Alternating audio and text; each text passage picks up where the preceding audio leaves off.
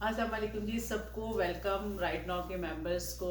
اور آج ہم ایک تو یہ کہ ہماری رائٹ ناؤ کی چوتھی سالگرہ، جس کو ہم چوتھی کا کہہ رہے تھے، آج فورتھ برتھ ڈے ہے. 4 سال ہو گئے ہیں ماشاء اللہ ہم سب کو ایک دوسرے کے ساتھ ایک دوسرے کو برداشت کرتے ہوئے ہنسی خوشی. اور یہ بڑا خوشی کا موقع ہے، مجھے بڑی ایکسائٹمنٹ ہو رہی ہے کہ کوئی گروپ اتنا سیلف لیس لوگوں کا، جن کو اس کے علاوہ اور کوئی غرض نہیں ہوتی کہ ہم ایک دوسرے سے ملنا ہے. نہ اس میں کوئی چھوٹا ہے نہ بڑا، نہ کوئی بڑا رائٹر نہ چھوٹا رائٹر، نہ کوئی ایج ڈفرینس بھی ہم کوئی فیل نہیں کرتے. سب ایک جیسے ہیں اور ایک ہی طرح کے ہیں.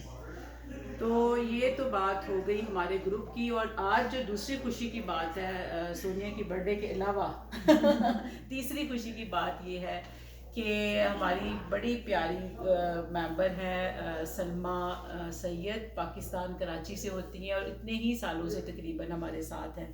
اس کو متعارف ہم سے کروایا فیصل فارانی نے، اور وہ ہمارے لیے اب ایسے ہی بن گئی ہوئی ہے ایک چھوٹا سا، جیسے لاڈو سا بچہ ہوتا ہے. تو سب کی کیئر کرتی ہے، سب کے لیے ویڈیوز بناتی ہے، اتنی اچھی اچھی ایڈٹ کرتی ہے، فوٹو شاپ کرتی ہے.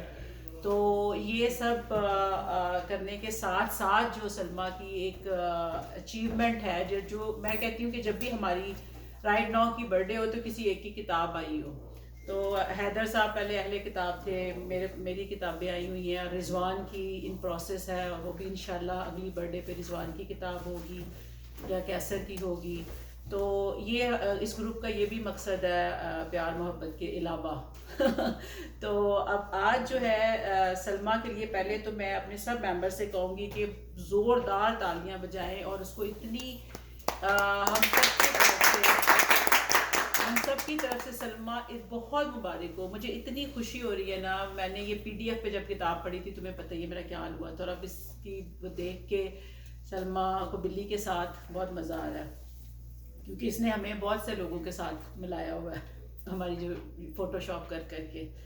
آج میں سلمیٰ کی جو میں نے اس کی بک کے لیے لکھا تھا وہ پڑھوں گی، اور اس کے بعد جو ہے حیدر صاحب، رضوان، کیسر، نیلم، سونیا، محمودہ، یہ ٹیبی جی کی طرف سے بہت مبارک، وہ آ نہیں سکیں. فائزہ کی طرف سے بہت مبارک، وہ نہیں آ سکیں. فیصل عظیم کی طرف سے بہت مبارک، وہ نہیں آ سکے. تو ابا ان سب نے جو ہے پیغام بھجوایا ہے تمہارے لیے. اللہ تمہیں بہت بہت بہت ایسی اور کامیابیاں دے. تو اب میں پڑھتی ہوں جو میں نے سلمیٰ کے لیے لکھا تھا. میں سلمیٰ کی شاعری، خاص کر کے نظم سے تو متاثر تھی، مگر یہ نہیں جانتی تھی کہ سلمیٰ ایک پختہ نثر نگار بھی ہے. میں سلمیٰ کی حصے مزاح سے تو واقف تھی، مگر یہ نہیں جانتی تھی کہ اس کے اندر ایک مزاح نگار بننے کی صلاحیت بھی موجود ہے.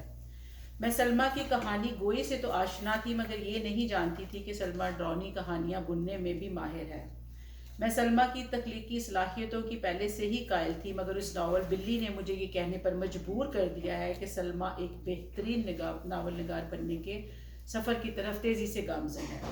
آج کل کے ادبی ماحول میں جہاں ہر کوئی رائٹر بننے سے صرف ایک قدم کے فاصلے پر اور ادب آپ کے دروازے پر حاضر جیسا ماحول ہے، اور یہ سب ہم جانتے ہیں کہ سب سہولتیں سوشل میڈیا کی وجہ سے ہیں، مگر آج مجھے یہ کہنے میں کوئی عار نہیں کہ سوشل میڈیا کے جہاں 100 نقصانات ہوں گے، وہاں سلمیٰ جیسی ٹیلنٹڈ لکھاری کا پیدا ہو جانا کسی بہت بڑے فائدے سے کم نہیں.